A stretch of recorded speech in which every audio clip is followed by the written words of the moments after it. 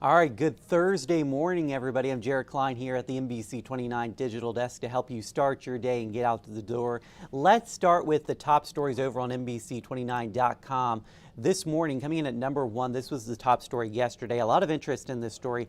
A developer offering up plans for a former Kmart site in Charlottesville. Coming in at number two, Charlottesville police making an arrest in an illegal guns and drugs investigation. And then at number three, a man wins $2 million in the lottery nearly 2 years after a $1 million win. That is one lucky man right there. All right, let's get to our top story. An 18-year-old from Nelson County is in jail without bond this morning after police say they found drugs, guns, and cash at a home on Cleveland Avenue in Charlottesville. Take a look. This is the picture of what they found that was released by the police department. Included in this, 1,600 pills containing fentanyl, 200 grams of meth, more than 400 grams of cocaine, 3 pounds of pot, and 9 firearms, including an AR-15 pistol with no serial number and an AK-47. Also found nearly $5,000 in cash. Shaheem Mitchie of Arrington is facing a slew of charges. He is in Albemarle County Regional Jail this morning. Well, the Charlottesville Albemarle Technical Education Center Foundation is concerned about the dissolved co-ownership of the center. While its board is unbiased over who owns the center, K-Tech, it is requesting a detailed 5-year plan from Charlottesville and Albemarle County schools. It would include anticipated enrollment from both school divisions, tuition costs, scheduling, anticipated course offerings, and funding under the new ownership. The students in our community would like to know what is available to them and available over the long term. Also, our employers, who are very dependent on the skilled workforce that comes out of K-Tech, want to know what is going to be available for them.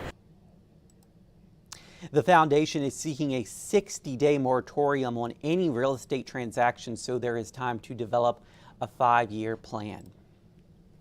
All right, well, while the weather is warming up, you won't see any fountains on the Charlottesville downtown mall flowing anytime soon. All of them are surrounded by barriers. If you've been down there, you've probably seen them.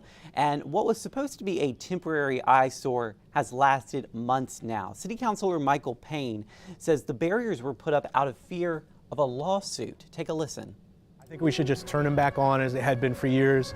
Let people enjoy them. Let kids enjoy it. The cafe spaces are already a physical barrier to them. I think we're just being a little overly bureaucratic here.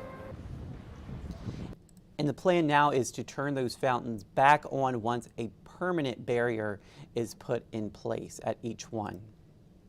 All right, well, Charlottesville is upgrading pedestrian signals to include audio for the visually impaired. The Pelora app will increase volume and activate the signal to help people get across safely. The city is fixing 2 to 3 intersections per week, and it says it will be almost 6 months before all signals are replaced in the city.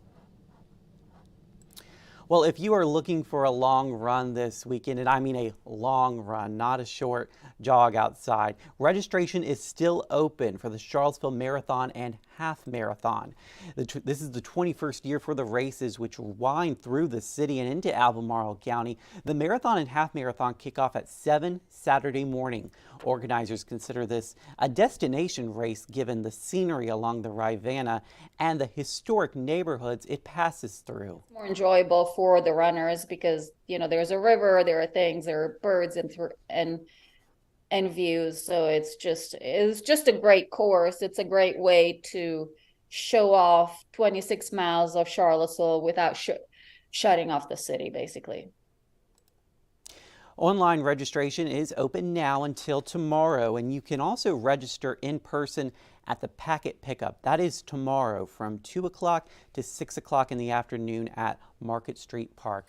And we are expecting some wet weather possible for this marathon on Saturday morning. Let's send things over now to meteorologist David Rogers with the details. Good morning, everyone. A lot of sunshine to start our day. We'll see temperatures a little on the cooler side today with northeasterly winds keeping us generally in the mid to upper 50s, but a cold start, and we'll see pleasantly cool temperatures by this afternoon. Meanwhile, we are tracking a warm front off to the west, and that will start to bring in some of those warmer temperatures starting on Friday. Clouds will increase as well, and we do anticipate some late day rain showers that'll last throughout the nighttime hours Friday into the first half of the day Saturday, and then things start to clear out for Saturday. It'll be a gusty day with winds at 10 to 20 miles an hour and some higher gusts. Meanwhile, that warming trend expected to continue early next week. We're talking about 80-degree plus temperatures across much of the region. That's a quick look at your forecast for now. Have a great and safe day. All right, thank you, David. And here's a look at that 7-day forecast by Michael and Son Heating. Yeah, as David mentioned, that rain moving in Friday evening with showers and then lasting through Saturday morning. But it is supposed to clear out for our Saturday, leaving behind some windy conditions, a high of 76 and a high of 63. Looks like a great Palm Sunday with sunny skies. But getting back to today, we're looking at a high of 59 with sunny skies outside. Hey, I hope you guys do have a great Thursday out there. And join us again for NBC29 News at noon. And we're always live over on NBC29.com. Have a wonderful day.